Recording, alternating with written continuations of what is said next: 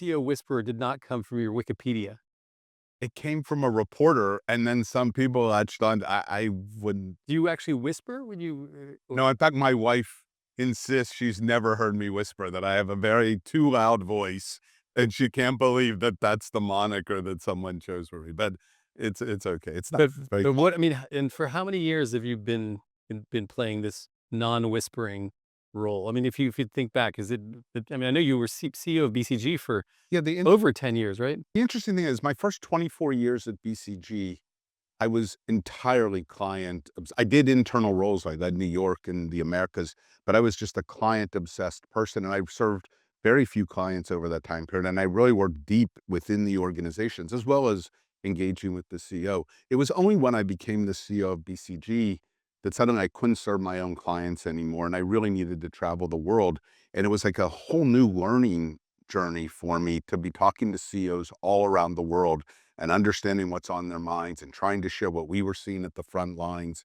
and they have tremendous insights within their own sectors, but they often are really interested to hear what's happening in other sectors and what are the analogies or the implications for them. So my world changed upside down in the beginning of 2013, and I feel totally privileged. I've learned Wow. so much. I mean, what a just an interesting journey, and also what an interesting window into the world, into the global economy to have all these personal relationships with these leaders across the world. That's worthy of an hour-long conversation in itself. Feel very fortunate. Yeah. Well, how are these people feeling these days? Stressed. It's really hard. Like, and the irony is how How's quickly stress? More stressed than COVID? no, because COVID was people's lives. COVID was, could you run your business? I mean, More there stress than the financial crisis? probably not the depths of it. No, I don't. Well, first of all, it's different in the US than in other parts of the world. In other Okay. parts of the world, Okay, so US CEOs super stressed. I think, very stressed, D- but I don't want to draw. I don't think it's right. Certainly not to COVID, where there were people's lives and your families and everything. That was a whole different level. And I think the great financial crisis, first, it went on for a while. I mean, started in September was when it got really bad, but it lasted through to January. We didn't know if you have Steve Ratner here. I just saw him this morning. Yeah. I mean, what Steve and that team did to save the auto industry, we were a part of that. It was remarkable, the work of that team. And so I think there was stress that went on for months. I don't think we're at that level yet, but we're only a few weeks in. But the level of uncertainty that people are feeling, it's tough right now. And how about non-US CEOs? Are they feeling that same level of stress, Well, first of all, a uncertainty? lot of them saw the US. I was in Europe right after the election, and I was hosting CEO dinners because we were sharing what they should expect from the new administration. What were the priorities? What would it mean? I had multiple CEOs say to me, I know I'm based in Europe. Think of me as an American company. My best opportunities are investing in the US. I am excited to come here. I'm Well, optimistic. I mean, Bernard Arnault went to the inauguration and came back to Paris and gave a speech to the French press saying, we're the animal spirits in France. Everything's happening in America. But he was not alone in feeling that. So for many, many CEOs around the world, when you ask them what's your best investment prospect, the US was the top of the list through that in inauguration day or in even several weeks after. So I don't think we should view this as just a US CEO challenge. It's a challenge for the business world around the world, and even companies that don't necessarily have big operations in the US are often selling to US businesses, selling into the US market. So it's the biggest economy in the world. It doesn't touch as many of the world's supply chains as China does, to be very clear, but it still touches a big part of the Are world. Chinese CEOs stressed? Of course. Yeah. Can you imagine? I mean, you've been building a business for years and you've got, tens of The thousands of tariffs? workers, and these tariffs are at 145%, you just can't sell. I think they came down yesterday, didn't they? Or Oh, sorry. I've been hanging out with you too much. Okay, I've been hanging out with you too much. But it's still, no, I think that's what I'm saying. Like, it's not just a US CEO thing. yeah. So I think what would be really fascinating for this audience is just the opportunity to kind of open that thick oak door into that room where you are with these CEOs, and you're the chairman of BCG, arguably the most intelligent, advisory service Okay, for this sort of the stuff? firm No, maybe. no, but at least one of several. Oh, no, as a firm, it's serving. I thought you were talking about me. Okay, so No, no, no, no. The firm. all good. BCG is amazing. Yeah, I'm all for it. firm. I'm The, 100% with the you. firm. But you're there in the room, and I think what would be so fascinating is to actually understand, like, what are the private conversations like? What's the stuff? Because CEOs are so focused on, Yes. jargon and sort of talking points and PowerPoint, blah blah blah. Like, what are the actual private conversations that you're having like? What's interesting to me is, of course, you start with sort of the macro forecast, the GDP impact, the inflation impact, the consumption impact. But the honest answer is no one knows for sure where it's going. Our view of that may be just a tinge more optimistic than the average, but we're right in the range of others. So that's stuff they're reading about and hearing about from the various economists and groups they read. So we end up going on to three different topics, and it depends on the CEO and the situation, of course. One, for almost all of them, is the cost of uncertainty. We talk about tariffs and the sort of tax like implications of tariffs. But uncertainty essentially is a tax on action. It's a tax on investment. It's a tax on buying decisions. And I think the uncertainty weight right now is really, really high and it flows through the whole economy. But let's start with investments. The deal environment has slowed dramatically from unbelievably optimistic, way above average optimism in December and early January, to now being frozen's overstated, but really slowed. As one of the big investors And put it, in Jan, February, and March, strong too. Or did it in think April the forward? shift was a February shift. It became clear and clear that the tariffs were being a bigger deal. So I think it was a mood shift that culminated on April 2nd, but it shifted from, I'd say, early February to early April. And as one of them put it to us, if I can't do a 2 to 3 year EBITDA forecast, I can't do a deal. Like, I got to have certainty. I can't have certainty forever, but I need to be able to look 2 or 3 years out and see what I'm So, getting. And people can't. so without naming names or industries, I mean, what are these conversations like? I mean, they literally are. I was about to break ground with a new plant, and now calling up the construction company and saying we're not doing that, or about to make a deal, or I mean, what? Give us So I was talking, more. okay, so just to take that example, I was with someone who's a leader of one of the big infrastructure portfolio companies, more than $10 billion of assets under management. So a serious player with assets in the US and Europe. They had just come from a call where everything was like people just were stopped. They didn't know what to expect. They didn't know what to do. They were just stopping investments for now, hopefully as short a time as possible. But that's the infrastructure side. On the manufacturing side, as I said, many companies want to come to the US. So the desire to invest in the US would only be heightened in a higher tariff world. That's true. But there's for many others, it doesn't make economic sense. It's too high cost here. It would take years. The And then supply chains aren't for a here. manufacturing-based company who's enthusiastic about investing in the US and is therefore that enthusiasm is accelerated by the tariffs, what is the average timeline for making a decision on capital expenditures to What's job shovels in the ground to manufacture? Years, years. And part of stuff that isn't going away. Permits are hard, other things are hard.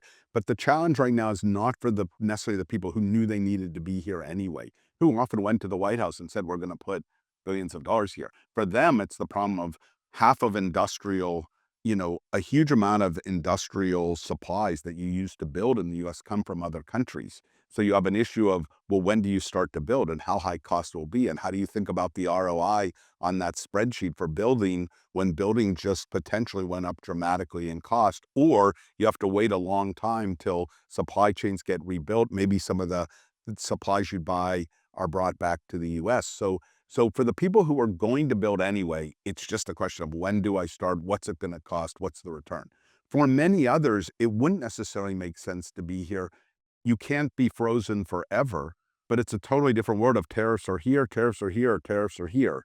And so for them, the uncertainty of not knowing where it's going to land means it's better just to hold off right now. So frozen uncertainty. What is the sort of the scenario here? Does is it sort of some sort of equation, which is uncertainty times number of months times something else equals negative impact on GDP? Does uncertainty get lifted by anything other than just what is probably seems a little unlikely, a dramatic reversal and shift in policy? Well, whether it's a shift, whether it's a modest reduction, or whether it's as is, the sooner people have a sense this is the world as it's going to be. It may not be the world you want, but it's the world you live in, and you make the best of it. As long as the swings could be so dramatic, then the value of waiting and learning more outweighs the value of acting. Our chief economist refers to it as strategic optionality. In a world of high uncertainty where you don't have control, then what you need to do as much as possible is build strategic optionality into your thinking. Figure out what are the no regret moves, the things you should do no matter what. More flexibility in supply chains is like the most obvious. And when you don't know where tariffs and other things are going to go, then you better have a lot of room in your supply chain to be able to move. More pricing flexibility. Like a lot of companies have very rigid pricing systems. So the ability to actually flow a tariff through to the shelf that may be different this month than next month, and how to reflect pricing all the way through your value chains into your products. Companies, we've just not been used to price volatility in the way we could potentially have it. And so I think there's a lot of capabilities and muscle that you build. Productivity, using AI. You may not necessarily want to put capital in the ground, but you better be investing to be as productive as you can be in a more difficult economic environment. Maybe there are elements of your cost structure that are going to go up that you absolutely cannot control. So you better be using AI and all the productivity tools. Is what you call is I think I've heard you call them no regret, Yeah, no no regret. regret decisions. There's a set of no regret moves, and I think every company right now is sitting down and saying, "What are the things that make sense to do no matter what? And what are the trigger points or things that I would learn that would cause me to act differently than I'm acting now? And then what are the things that if they stay uncertain, I'm going to have to move anyway? And how long should I wait before I've got to take that call? I can't wait forever." But think how much time and effort in boardrooms around the world are going into those discussions versus how do I drive the next generation of innovation? How do I recruit better talent? How do I open up new markets? How do I leverage AI throughout my entire value chain? No I mean, opportunity cost. there's a time, management, a lot of the value of managers, the time and energy to devote to the things you think are most important. And when something is this short term and high pressure, of course, it takes a lot of management time away from something else you wish you could be doing. Let's get into the workforce question because that's a whole other dimension to this. And I know you've done a lot of thinking about this, and maybe explain what you mean by the term workforce in this context. Just in the last 24 hours since I've been here with you and your team, and by the way, you guys are doing a great job, just by the way.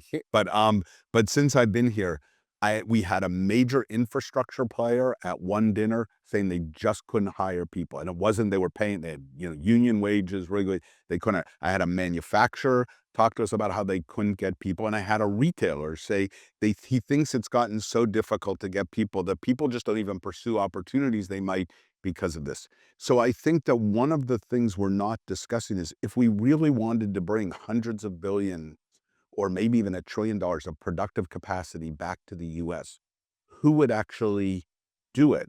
Because right now we have a workforce that is near full employment, and we're frankly, in many of the places that were hit, and I think the president rightly points out, we decimated, I think that's the word he's used, communities, through all the manufacturing that left.